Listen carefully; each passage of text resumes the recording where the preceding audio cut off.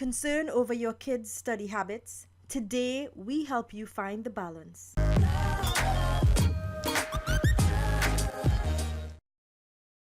Welcome to Empowered Kids TV Village Talk. I'm so excited to have you here. You're here because you know every family has the potential to be great, and you're ready to push the boundaries of your mindset so that you can create the family of your dreams. On today's Village Talk, we've got Louise. She's back with us.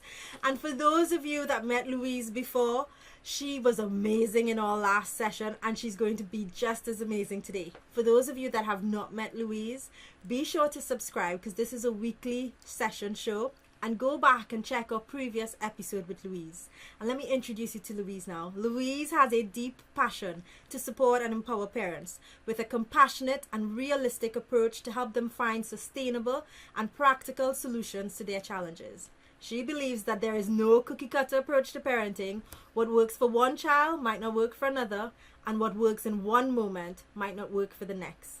Louise works with parents to help them find a way that works for them and their child in each moment, whatever the moment is. Louise is a mom of 3 and a parenting coach like no other. You can learn more about Louise at yourparentingpartner.com. Louise, welcome to the show. Oh, thank you, Nicole. It's great to be back here with you. Thank you. All right. Today's question comes from Alicia. Alicia writes, I am an overachiever mom that grew up in a family where education is more important than anything else in life. All my life had series of unrealistic expectations forced upon me, from being the perfect student, the perfect daughter, sister, and mom. When I became a mom, I promised myself not to push my child too much. But on the other hand, 45 years of discipline and hard work is embedded in me. And it is so hard not to be disappointed when my son cannot be bothered with the minimum amount of schoolwork. He is very bright, but I know that that is not enough. However, the conflict is eating me. He will not do anything unless forced to, and this causes conflict and negative emotions from my side. I have sleepless nights as I'm trying hard to be balanced. Any words, advice, or thoughts would be greatly appreciated. Oh my God. What do you think of that one, Louise? Oh, well, I can relate. As soon as I hear overachiever, Nicole, you're smiling because there's many of us moms who would probably put ourselves in the overachieving category. Yes. I smile when I listen to this because it's so it's such a common thing for moms. You know, many of us are overachievers. We do an amazing job. We juggle many roles, and when we see our children juggling differently, we can't quite understand why they are doing it their way and not our way. But you know, I smile again because this mum, in writing the question, answered her own question. Because I think she said, you know, for 45 years, this has been embedded in me. Yeah. And it raises a really valid point here that, you know, we are trapped by our own conditionings. We're trapped by cultural conditionings, societal conditionings, and parental conditionings. And they run deep. And as she said, they're embedded in her. So the key thing here is how do we break free? How do we break ourselves free from the chains of our past, from all those scripts that are generational scripts that have been handed down to us? And as she said, you know, she vowed, she swore, she said she would never parent her children as she was parented. But she's finding it really hard to parent a different way because we default to those scripts that are embedded deep within us. Yeah. So firstly, we hear you, we see you, we understand. Sure. You know, many of us have been there. I've been there. And it's very hard to allow your child to be a certain way that's different to you when you see that they're not achieving. Because you achieved and you complied with your parents putting, and you said, imposing this way on you. And it brings about a pertinent point that kids have two choices when they are put upon or imposed upon. They can only comply or rebel. And neither really is the perfect way, because to a mom who has a child who's rebellious, the compliant child looks so like, oh, it would be so easy. But having a child that complies and says yes to everything is not ideal either. You know, we want our children to be able to discern and make decisions for themselves and not just say yes to please everyone around them, like we often did as kids. Like I think this mum did with her parents. She pleased them, she complied, she did what they wanted, she was the perfect daughter, she worked hard. But neither do we want them to rebel, because if they rebel, it's very, very hard. You know, they rebel, what we resist persists, what they resist persists, and we get stuck in that trap. So how can we allow our children to be their own unique spirits? And that will be different to ourselves, to watch them and guide them on their path that won't be ours. It'll be different to our own. And she wants this, and she knows. She's a very smart mum. She knows that she wants to allow her child to be on a different path, but she's just so trapped by her conditioning that it's making it very, very hard for her to be able to take the steps she knows she needs to take. Does that make sense? It does absolutely make sense. And I think, as you rightly said, an overachiever myself, but also coming from different cultures, right? I grew up in an environment where all that was available was to study. So you just studied and you studied and you studied and you studied more. And what I quickly realized was I was studying for the sake of studying. I was studying because it was an expectation. I wasn't studying because I loved what I was studying. And what helped me really with my kids to kind of break what was embedded within me versus what I wanted for them was two things. I first took a step back and really focused on what did I really want for them out of their education process. Did I just want them to accumulate certificates? Because I've got loads of certificates sitting somewhere in a cupboard that really I can't even find the value of sometimes. Or do I want them to fall in love with learning? And for me, I was very fortunate. When I started learning about parenting and family psychology, I fell in love with learning. And now I'm obsessed. I learn all the time. People go, where do you find the time? But I just eat information up because I so love what I'm learning. And that's very different. Yeah, it's very different when I was doing my first degree and even my master's, when I was studying for the sake of being a good girl. Yeah? Absolutely. And so you mentioned expectations as well. Yes. You know, expectations are, the more you study the subject of expectations, the more you realize their futility. Yes. They are futile. They are outcome based. They are unpredictable because they're in the future, and yet we attach to them. Yet we expect, as if we're a crystal ball reader, and we can totally guess, because that's all it is. We can guess the outcome. But here's the thing: if we put expectations on our kids, it's us that suffer. Yeah. Because the expectations are relevant to them. It's actually irrelevant to us. So letting go of them, it will make no difference to the outcome. It's the journey that's going to create the outcome of your desire. Yeah. So if you're focused on the outcome and being the compliant child or forcing your way on them, you want the outcome to be your way. It's an expectation, and so you there's too many loose balls. There's loose cannons. You can't control all of them. So your expectations will probably be unmet.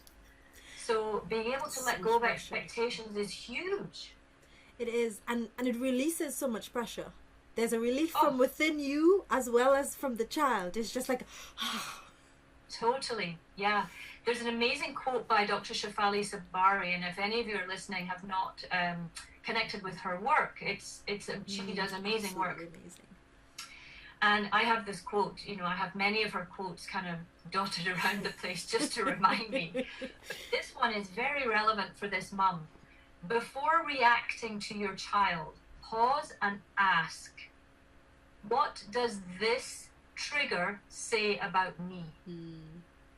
And in this situation, the trigger is actually not the child. She's being triggered by the child's behavior, but it's not the child. She's being triggered by a wound. The child is triggering a wound in her.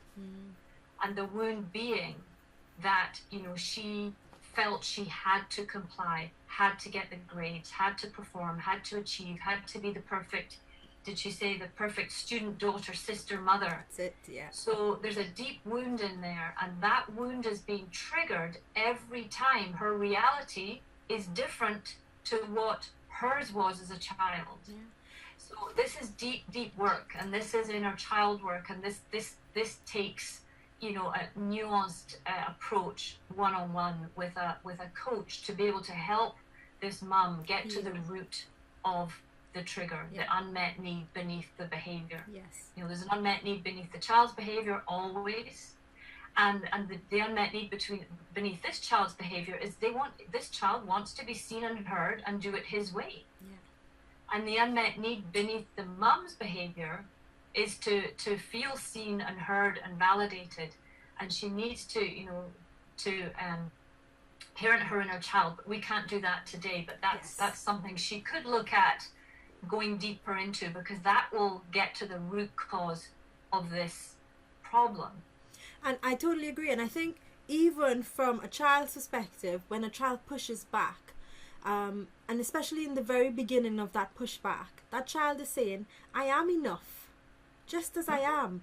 I don't need to get the A grade to be enough. I don't need to get the certificate. Right now, I am enough. And don't try to put that label. Yes, and I won't do it your way, because I know I am enough this way. And I've in all honesty, I've had to make space for my kids to study the way they would want to.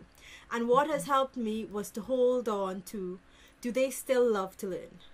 Because that's my goal. And if I can keep my goal in mind, as opposed to the A or the B or the certificate, do they still love to learn? Because most of my learning happened outside of school. It did. I spent 20 years in school, but my rich learning happened outside because I fell in love with what I was learning. So that's what I want for them. Yeah, absolutely. I couldn't agree more. And I think, again, you know, it comes down to the expectations. You know, what are you expecting? And I think this mum, I think she would agree and nod with us if she said, yeah, I'm expecting him to be like me. Yeah. I'm expecting him to learn like me. And my daughter, what a wake-up call she is to me, because she does nothing the way I did it when I was a child. She does nothing the way I do it now. And I have to sit in it and watch her fly by the seat of her pants, leave the studying till, you know, 10 p.m. at night, when she sat and done nothing and put the Christmas lights up and wrap things. She's looked for every excuse to not work. But she likes working last minute, and she works very efficiently, whereas I, you know, would like to get it out the way, and be able to relax for the end of the evening. She's not like that, and I would fight her every day if I was going to try and make her like me. Yeah. She doesn't want to be like me. She's like her, and I don't want her to be like me either. I want her to be like herself. Yeah. And but it does, you know, we really do have to take a long, hard look at ourselves and be able to do quite a lot of inner work to come to that space where it's okay. Yes. Let go. Yes. There's no shoulds. Yes. You know, let go of the expectations. See them for who they are. As you said, they are enough. They have all it takes. And it's our job to lead them and guide them and support them to find what it is that they're passionate about. Allow them to find their own way, because if they find their own way, they'll find their way. That's right. That's right. There's just one more thing I wanted to add, because this mum talks about having sleepless nights and a lot of emotional turmoil trying to work through this. As she does her inner work for healing, I'd also like to suggest a practice of self-compassion.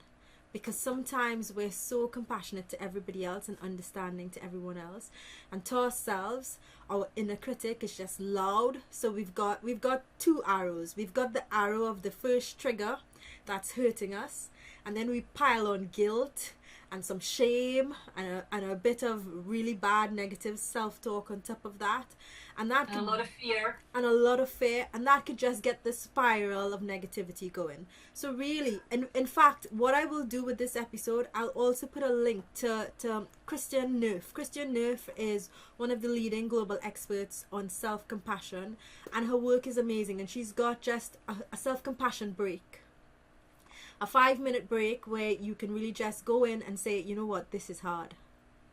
This is hard. This is hard. And to do that, what an amazing thing for this mum to give herself, to say, it's okay, I'm doing my best. I am being compassionate towards myself. I'm being kind towards myself. And also for this mum, if you're watching, I hope you are, to make sure you meet your needs. Yes. Because when you are running on empty and you're not sleeping well, it'll be very hard for you to find the compassion for yourself and the compassion for your son, to allow him to do it his way and to allow you to be comfortable with him doing it his way. So it's a really good point, Nicole, to the self-compassion. It's huge. We must meet our needs. Yes. We must fill our tanks. We must nurture and nourish our souls. And you can do that in many ways. So I'm sure that link will really help her.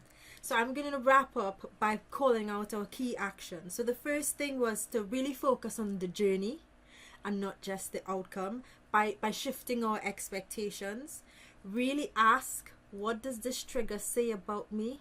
And kind of go within and find some resources to do that inner healing of that inner child.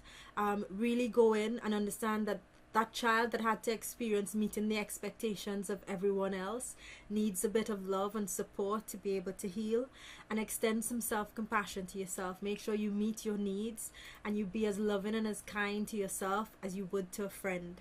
Is there anything else you'd like to add, Louise? And just to add the piece about being very aware of those inherited patterns and being aware of them as they raise their little heads during the day in your interactions with your child, almost say to yourself, he's not like me, that's okay. So just being aware that where those ties we have to the way in which we were parented are the ways in which we default, the things we default to in our parenting, and just being aware of that. There's so many things to have to be aware of, but it's an important one, and one that will help her if in the moment she's just aware of when she's triggered, of when he's not like her, and to be able to look at him and go, he's him, he's awesome, he's not me, thank goodness he's not me, two of me would be awful. And also to try and just see some humor in it as well. And I laugh at myself when I get caught up in those patterns, out of the heat of the moment. I kind of go, oh my goodness, I can't believe that I fell for this again. I put myself in this trap again. And smile and be gentle with yourself. Perfect. Thank you so much, Louise. And I just want to remind everyone, you can find out more about Louise and her amazing work at yourparentingpartner.com. Thank you for joining us for this episode. We're all about sharing and supporting this village. So if you found value in this episode, be sure to share it with your family and friends. And remember, this is a weekly show. So if you haven't already, subscribe and hit that bell icon so that you'll be notified of our next episode. As we always say in the village, you're just one connection away. With love and gratitude, empower us. Until next time.